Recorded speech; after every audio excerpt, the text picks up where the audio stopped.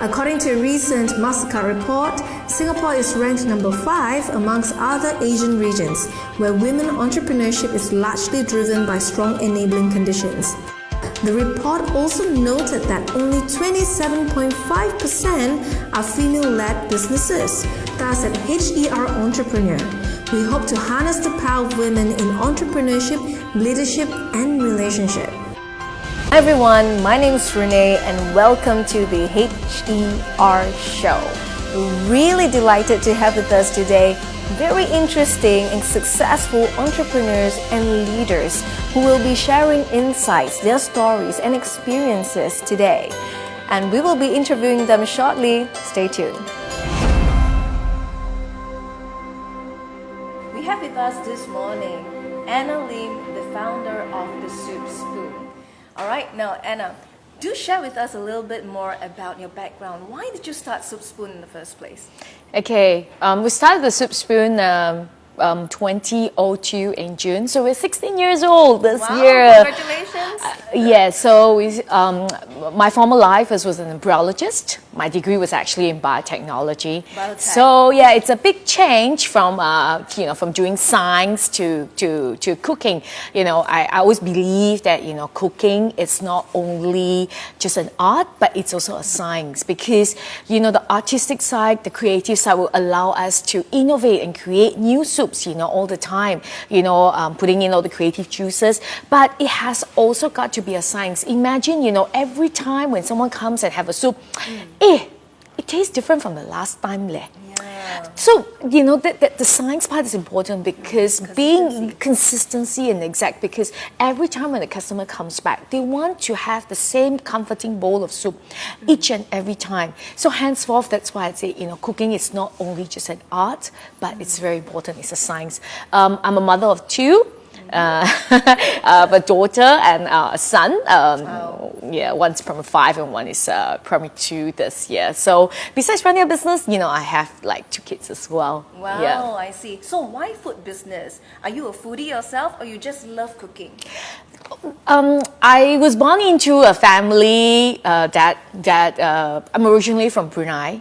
So yeah, my grandfather used to run like a restaurant. I'm Hainanese, So the Hainanese are famous for like chicken rice, kaya toast, coffee shops. Yeah. So that's what, like my grandfather used to do for a living, So I think that part, it's very alive, So when I was young, we would always be, learn how to cook at home and chicken rice, Before I started the soup business, actually, I was contemplating of going to Australia to start a chicken rice business. Because I figured out, wow, chicken rice, Singapore only sell $2 one plate. Australia can sell $10 one plate. And you only have to work like such short hours in Australia. So that was something that really wanted to do, because I really make a very mean chicken rice and chili. Yeah, so but I didn't do that. I was very inspired when I watched an episode of Seinfeld. Soup Nazi. Yeah. No soup for you. Soup so I was like, wow, I want to be the soup Nazi.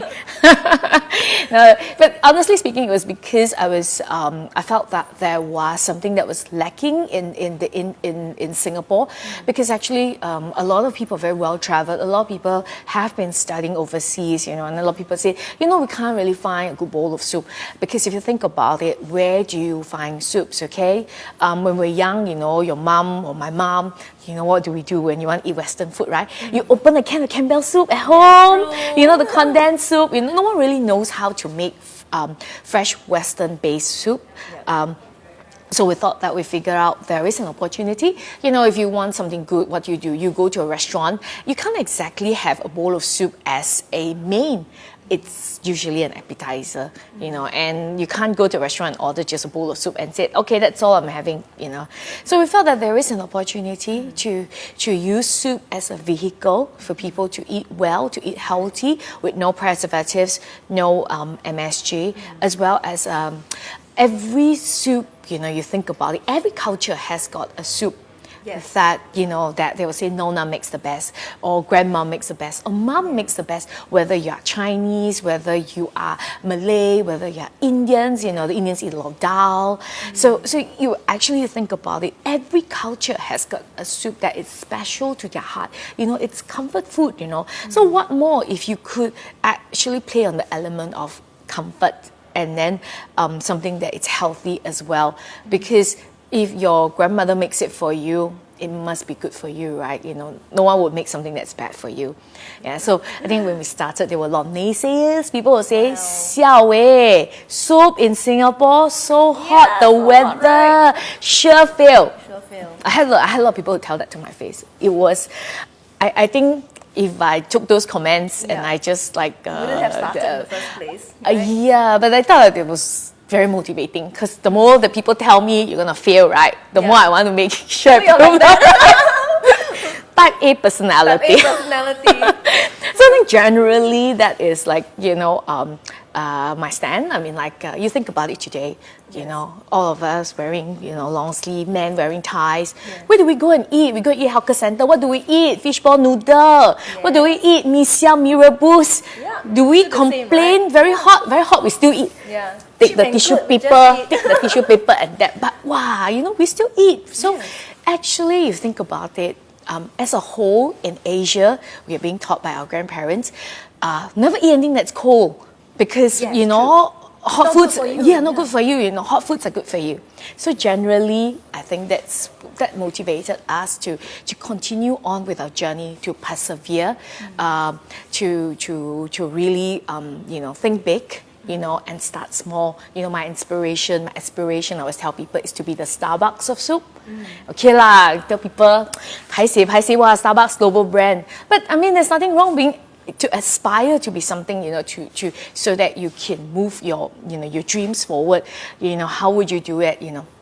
At the end of the day, it's about, I always tell people, Starbucks did it one cup at a time. One cup at a time. I do mine one bowl at a time lah. It's okay. Yeah, but the thing as we progressed, I truly understood what the dream truly meant. How Starbucks was being a global benchmark, how it changed the world, how when people used to drink freeze-dried coffee, and that today people are willing to pay $5-6 for a cup of coffee, a good cup of coffee in a space that they could sit down and comfortably. So they were a game changer. They innovated on something that was tradition, that people were just drinking coffee at home, or kind of thing. That also can change. Because if you think about it, we mentioned soup being a very cultural thing. Soup. The restaurant is actually started from the word restore, which means actually the first restaurant in the world was actually selling soup, because people go for restoration, in a soup place. So, and then how we have evolved to have canned soups at home. And then, so why can't we evolve, from the canned soups to having something fresh, something chilled with no preservatives, no MSG, that can be enjoyed in a space that is an extension of your living room, like in a space that is comfortable. So it's, at the end of the day, building the brand, it's important, because it's about the product. It's about a wholesome, good product. It's about the communication. It's about what we believe the brand can be, and it's about the people that we have, because it's important, because you don't need only just good brand, ambassadors. Your people are your best ambassadors, your own staff, because they have to communicate what the brand essence are.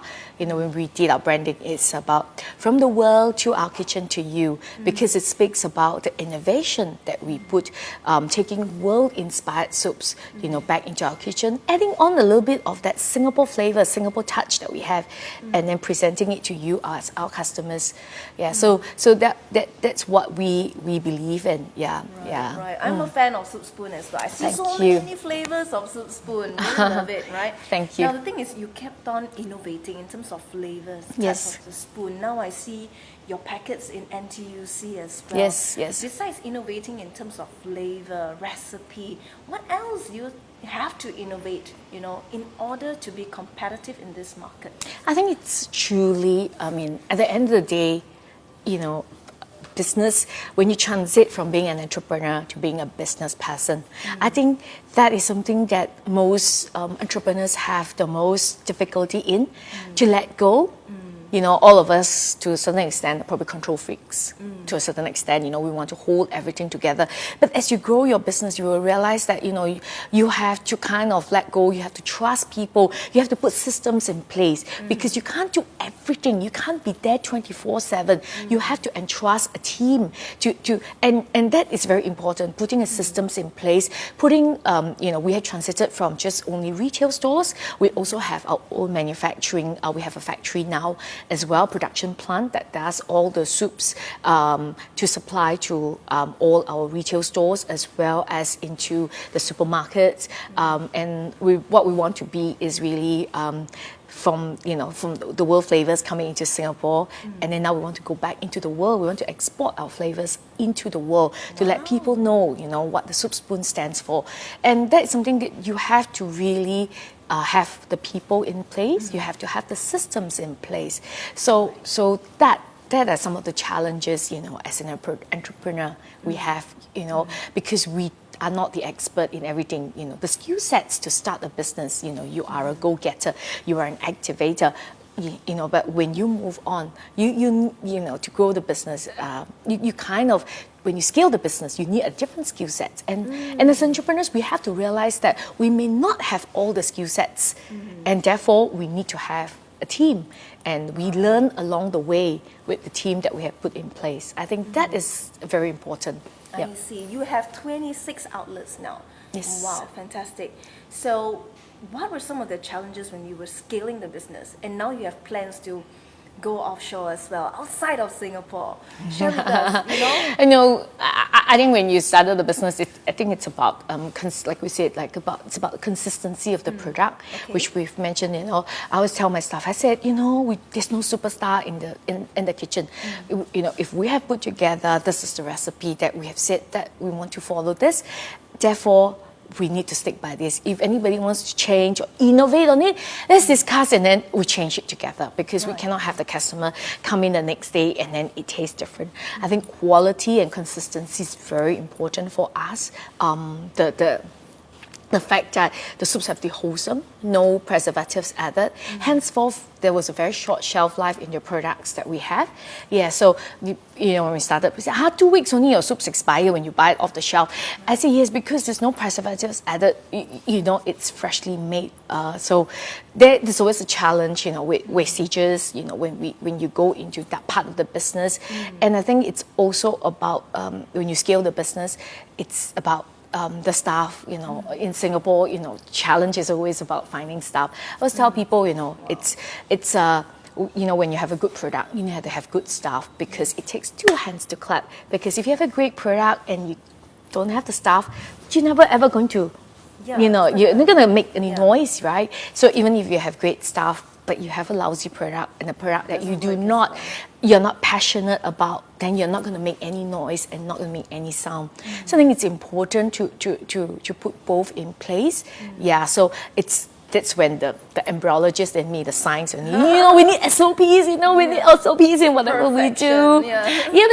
But I think it's about, even when it doesn't go right, I think it's about just taking a back seat and just saying that, okay, let's try again, let's do better. Because not everything that we want to set out to do works, I mean, I made a soup, I tried to innovate on the rawon, because I really love to eat rawon. Okay, it's Indonesian using buah kelak, right?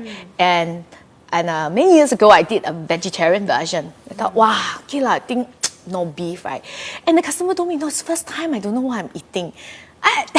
It's like, fail, right? Fail on innovation. But you said that was important, because that was like immediately I said, after the customer told me that, we pulled the plug, we stopped production of that. We stopped that. Feedback, and then yes, that's why I said, if you're going to run a business, you have to be hands-on, you have to be there. It's gruesome, but you have to be there. I slept at the shop when I started the business. I always tell people this story about how I was in my Kia van that I do delivery and was driving. Went to IKEA, so I stopped at the Alexandra traffic light, and then I fell asleep. at the traffic light. Oh my. And then I was driving, fell asleep. And then the next thing I knew, right, there was all this, when I woke up, right, I had this people shaking me. And then when I woke up, I was like, there was all this bunch of people staring at me at the windscreen because they thought that I died in the car, yeah. Because they horn, didn't wake up, right? The traffic light has changed many times, but I was like so totally like zombified, right? That I didn't even know that. Yeah, I was so asleep. Yeah, and then the person was like shaking me. Miss, are you okay?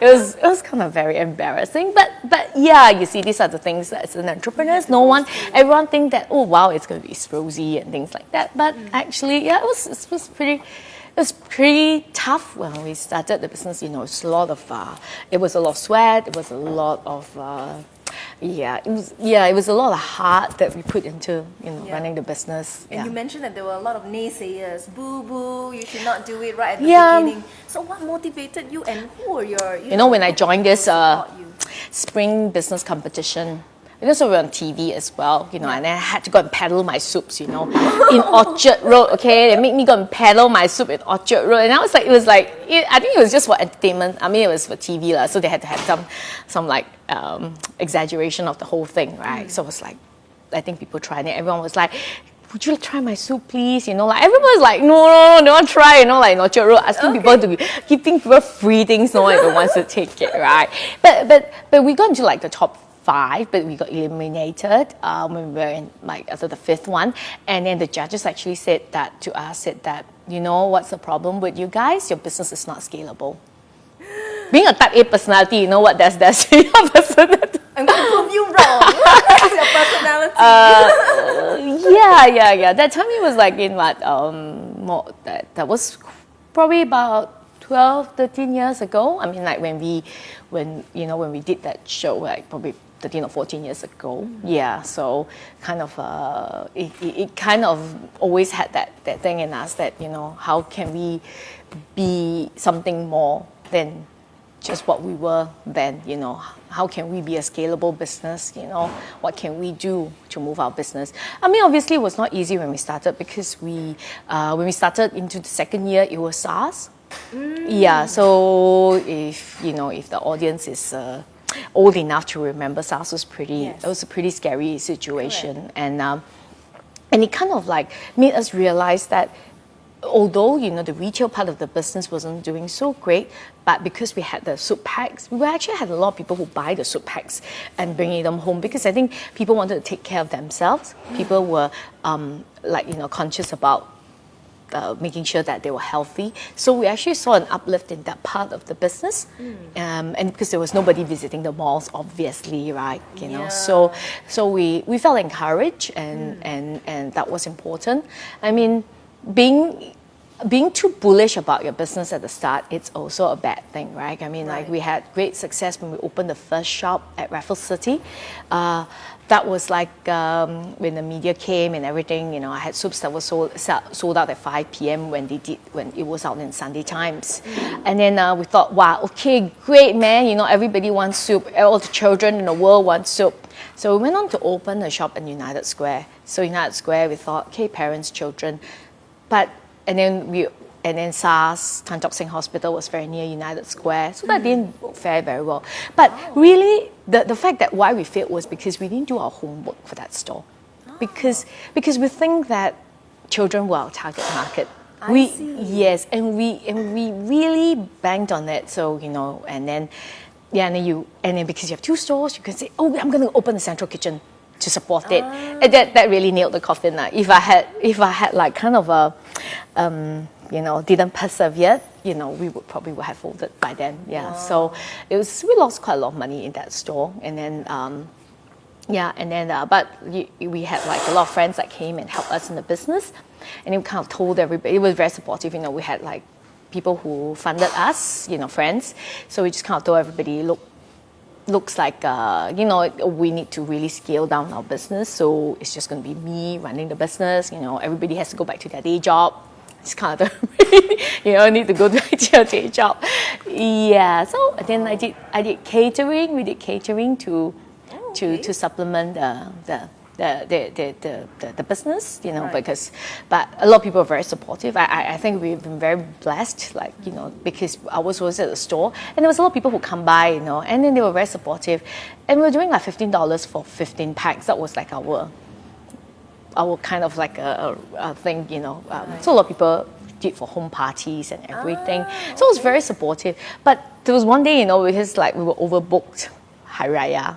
And then so popular. And then that was like nailed me to the coffin as well, because the lady was so upset because it was an accident and we were so late when we reached her place. Oh no. And then that made us refocus and rethink, you know, what do we really want to do, you know? Catering is just to survive, you know. Yes. But what's our ultimate goal, you know? If we want to be the Starbucks of soup, we're not going to get it done by just being a caterer, being the best caterer in the world. It's never going to ever happen.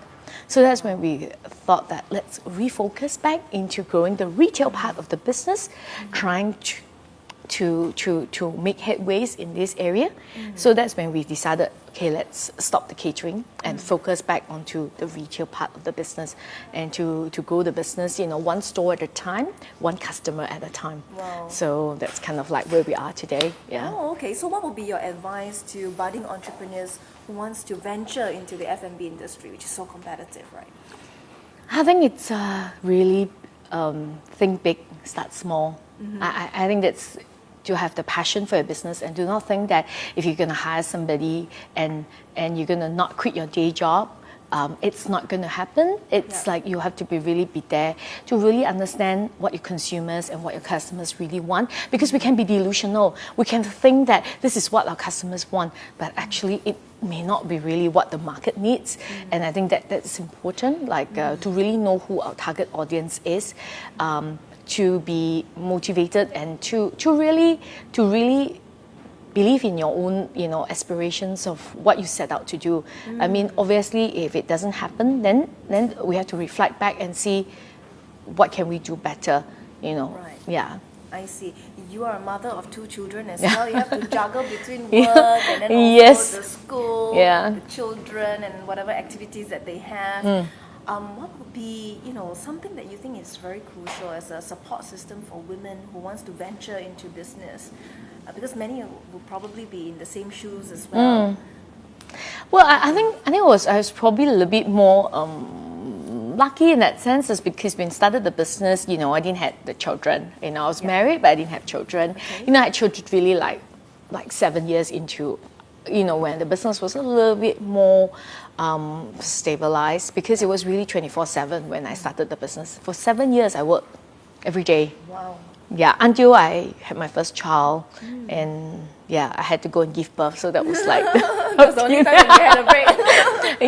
yeah. So I think it's having a good family support system is very important. So it's either you have like your parents or your parents-in-law, or a very supportive husband. I think that's important as well. You know, to really do this together. Yeah, or I mean, in my case, you know, my parents are not here. You know, parents are in Brunei still.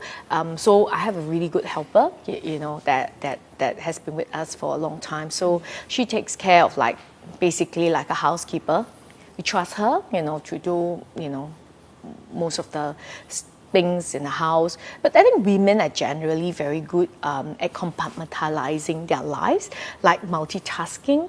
You know, they know exactly, okay, you know, although they be at work, they will know, okay, exactly these are the schedules to make sure that the children are taken care of and everything. So I think generally women are much better at that. I think whether is it an entrepreneur or women in leadership, I generally feel that the challenges are the same.